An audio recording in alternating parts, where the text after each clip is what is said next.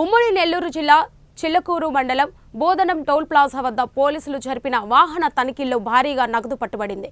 Gudur rural CI Venugopal Reddy, SI Anjireddy తెలిపిన వివరాల ప్రకారం సరైన రసీదులు లేకుండా కారులో 64 లక్షలు నగదును తరలిస్తున్నట్లు తెలిపారు.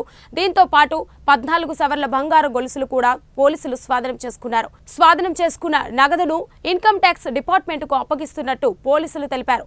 రానున్న ఎన్నికలు ప్రశాంతంగా వాతావరణంలో జరిగేలా ముందస్తు చర్యలు తీసుకుంటున్నామని రూరల్ సీఐ వేణుగోపాల్ రెడ్డి తెలిపారు.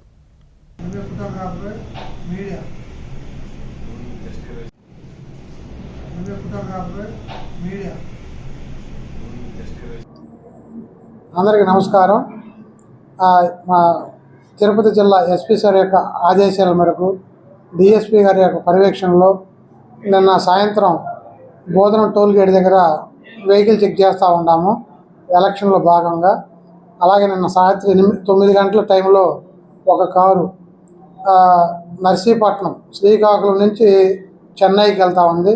ఆ వెహికల్ని చెక్ చేస్తే దాంట్లో ఎక్కడికి వెళ్తున్నారంటే వాళ్ళు పొంతలే సమాధానం చెప్పడం జరిగింది. తర్వాత ఆ వెహికల్ని చెక్ చేయగా దాంట్లో 64 లక్షల రూపాయల డబ్బులు మరియు ఒక 113 గ్రాములు ఒకటే లాంగ్ చైన్ ఉంది. దాని గురించి బిల్లులు కానీ అడిగితే ఎలాంటి బిల్లులు చూపించలేదు. దానివల్ల వాటిని సీజ్ చేసి ఐటీ డిపార్ట్మెంట్కి పంపించడం జరుగుతుంది.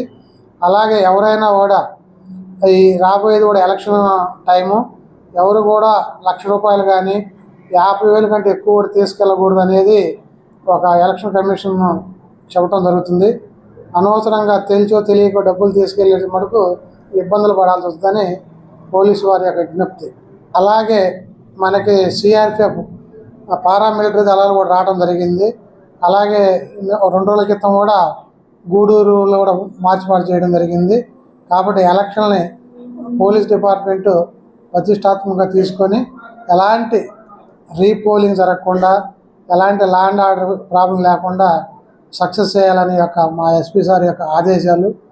కాబట్టి అందరం కూడా కట్టుకొని ప్రశాంతంగా ఎలక్షన్ చేయాలని కంకణం కట్టుకొని ఉన్నాము.